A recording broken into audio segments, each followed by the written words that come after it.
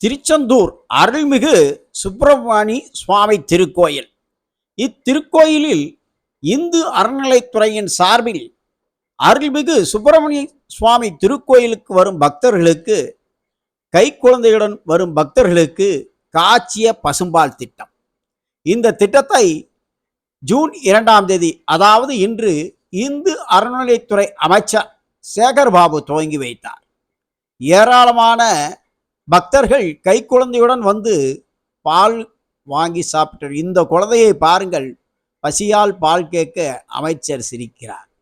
தெய்வம் இருப்பது எங்கே, அது எங்கே, வேறெங்கே என்று நாம் கூறுவது போல் இந்த குழந்தைகளும் தெய்வம்தான்.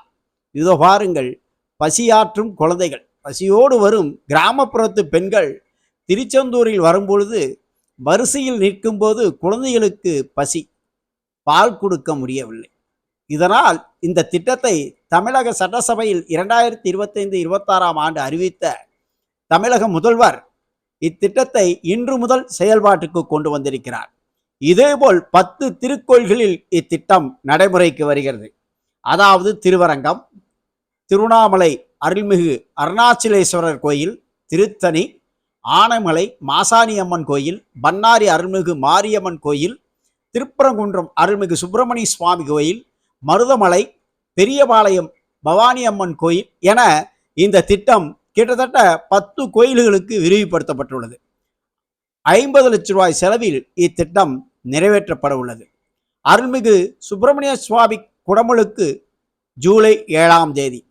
அதை ஒட்டி ஆய்வு செய்ய வந்த சேகர்பாபு இரவு 8 மணி முதல் 12 மணி வரை ஆய்வு செய்தார்.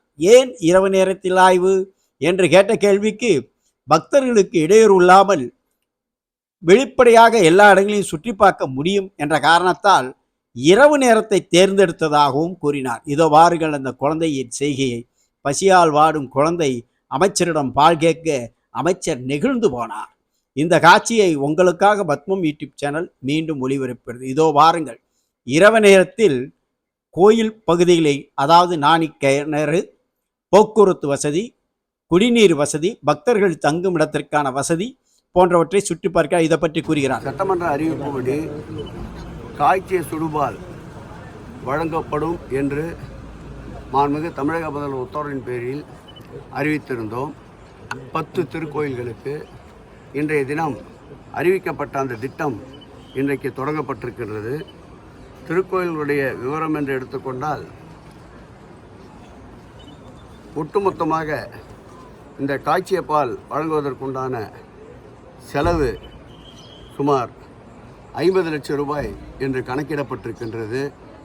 அதேபோல் திருக்கோயில் நடைபெறுகின்ற திருப்பணிகள், முடிக்காணிக்கை மண்டபம், அதேபோல் நாழிக்கிணறுக்கு செல்லுகின்ற வாசல் இருக்கின்ற மண்டபம், அறுபடை வீடுகளை ஒன்றாக பிரதிஷ்டை செய்து அந்த அறுபடை வீடுகளையும் தரிசித்து செல்லுகின்ற சூழல், அதேபோல் பக்தர்கள் தங்கும் விடுதி, பக்தர்களுக்கு ஏற்படுத்தப்பட்டிருக்கின்ற கியூ லைன், அந்த கியூ லைனில் இருக்கின்ற பக்தர்களுக்கு தேவைப்படுகின்ற குடிநீர் மற்றும் கழிப்பிட வசதிகள், விழா காலங்களில் வருகின்ற போக்குவரத்து நிறுத்துமிடங்கள், சுமார் 4 இடங்களை நேற்றிரவு ஆய்வுகளை மேற்கொண்டோம். சுமார் 20,000 வாகனங்கள் வந்தாலும் நிறுத்தக்கூடிய அளவிற்கு போக்குவரத்து வசதியை மேம்படுத்த மாண்புமிகு தமிழக முதல்வருடைய உத்தரவின் பேரில் நேற்றைக்கு அந்த இடங்களையும் ஆய்வு செய்தோம்.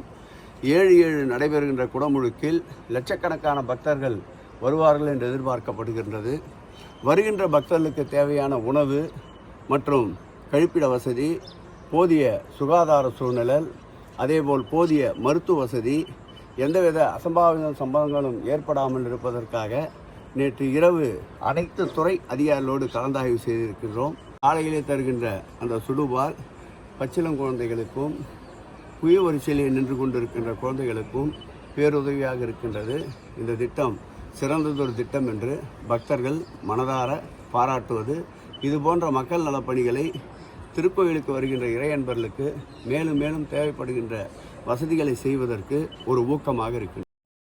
குழந்தைகளுக்கு செய்யும் பணி ஆண்டவனுக்கே செய்வதற்கு இணையாகும். இதோ வாருங்கள், பசியால் இருக்கும் குழந்தை பசும்பாலை கேட்கும் காட்சி நெகிழ்ந்தார் அமைச்சர்.